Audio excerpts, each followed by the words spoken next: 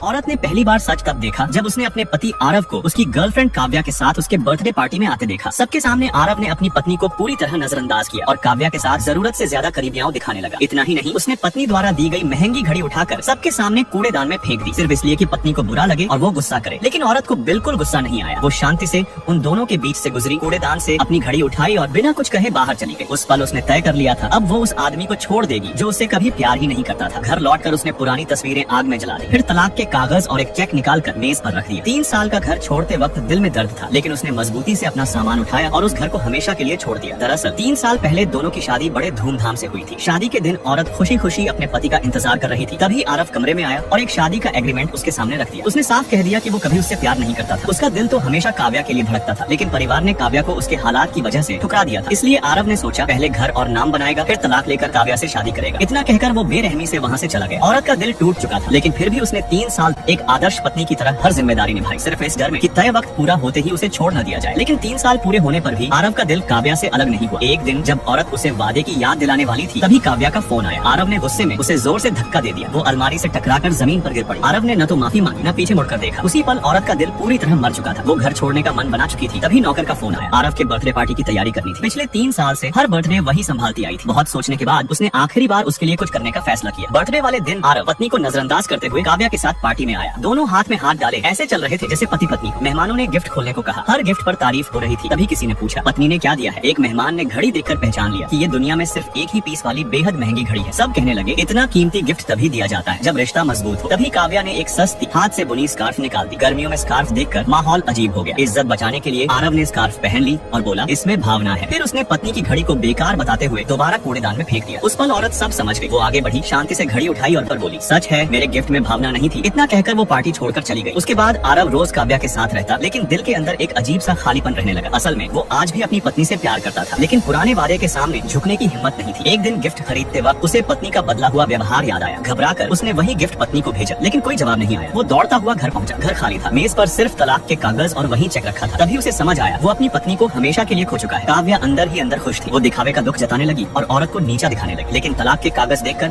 आरव टूट चुका था। शराब के नशे में उसने सहायक को पत्नी का पता ढूंढने भेजा। रातों रात वो उसके घर पहुंचा। दरवाजा खुलते ही औरत पीछे हट गई। आरव जबरदस्ती अंदर घुसा और वापस चलने को कहा। औरत ने साफ कहा अब हमारे बीच कोई रिश्ता नहीं है। तभी काव्या का फोन आया। आरव बिना कुछ सोचे वहाँ से चला गया। औरत समझ गई हर बार की तरह इस बार भी वही हुआ। इस बार उसने तय कर लिया अब पीछे मुड़कर नहीं देखेगी। अगले दिन वो अपनी सहेली से मिली और विदेश जाकर नया बिजनेस शुरू करने का फैसला किया। कुछ समय बाद जब आरव फिर उसके घर पहुंचा तो घर खाली था। मकान मालिक ने कहा अब यहाँ कोई नहीं रहता और उसी पल आरव को एहसास हुआ सब कुछ खत्म हो चुका था।